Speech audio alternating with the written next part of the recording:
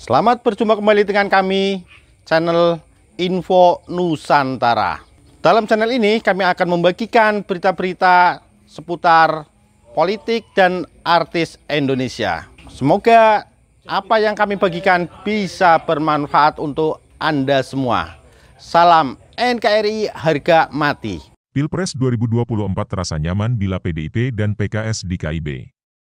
Jakarta, suaramerdeka.com pengamat komunikasi politik Emrus Sihombing menilai Pilpres 2024 akan lebih nyaman ketika PDIP dan PKS berada dalam satu barisan dengan Koalisi Indonesia Bersatu, KIB. Menurutnya, politik Indonesia sangat cair, termasuk dalam berkoalisi. Tidak bisa dikatakan hitam putih. Konteksnya bukan PDIP bergabung dengan KIB, tetapi ada titik kepentingan bersama kalau mereka berkoalisi. Kan kalau PDIP bergabung, seolah-olah PDIP yang subordinat, terangnya di Jakarta, hari ini. Menurutnya, setiap partai memiliki posisi yang sama. Peluang kerjasama antara partai anggota KIB dan PDIP juga sangat terbuka. Emrus memprediksi PDIP akan menggandeng partai lain dalam Pilpres 2024. Karena kecil kemungkinan PDIP mengusung calon sendiri, sekalipun cukup. Pasti mereka ingin mewujudkan politik gotong royong dengan berkoalisi, tegasnya. Emrus mengusulkan pembentukan poros koalisi antara Golkar, PAN, PPP, PDIP, dan PKS.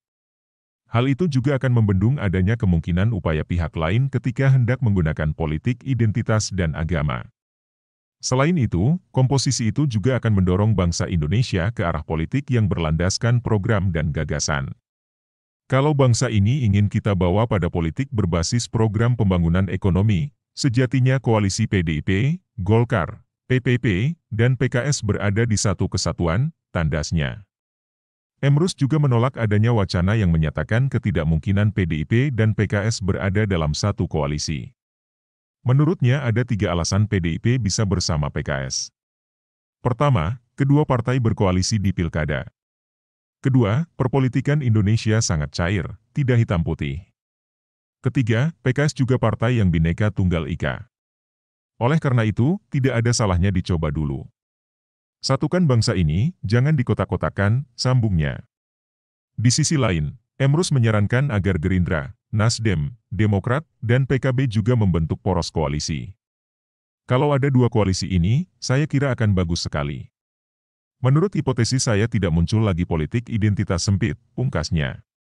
Sementara itu, Direktur Eksekutif Perludem, Titi Anggraini mengingatkan pada elit partai politik untuk mengusung sosok yang mencerminkan suara rakyat. Riuh rendah kontestasi jelang Pilpres 2024, bukan cuma semarak dengan sosok namun juga mendengar aspirasi publik. Parpol diharap tidak elitis atau pragmatis dalam proses pencalonan. Kembali dengan mekanisme yang tidak meninggalkan anggota partai dan suara publik dan konstituen mereka, kata Titi saat berbincang hari ini, Agustus 11. Saat sini parpol maupun koalisi tengah gencar mencari calon atau bahkan sudah mendeklarasikan calon mereka. Namun merujuk UU Nomor 7 Tahun 2017 tentang pemilu, partai atau gabungan partai yang bisa mendaftarkan capres-cawapres harus memiliki 20% kursi DPR atau 25% suara nasional dari pemilu sebelumnya. Salah satunya, Koalisi Indonesia Bersatu, KIB, yang terdiri dari Partai Golkar, PPP dan PAN. Gabungan suara ketiga sudah cukup untuk mengajukan pasangan capres dan cawapres. Namun sampai saat ini belum ditentukan. Menurut Titi, parpol didorong untuk mendeklarasikan calon mereka lebih cepat.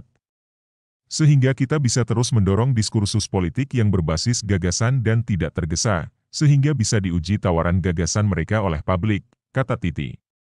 KIB sendiri hadir dengan program kerja paten. Ketua Umum Partai Golkar, Airlangga Hartarto adalah Menko Perekonomian dengan jam terbang tinggi dalam masalah ekonomi. Ketum Airlangga sering mendapat pujian dari Presiden Joko Widodo, namun kemarin tampaknya, giliran, Ketum Gerindra Prabowo Subianto. Endorse Jokowi dan dinamika politik jelang Pilpres dapat dimaknai apapun.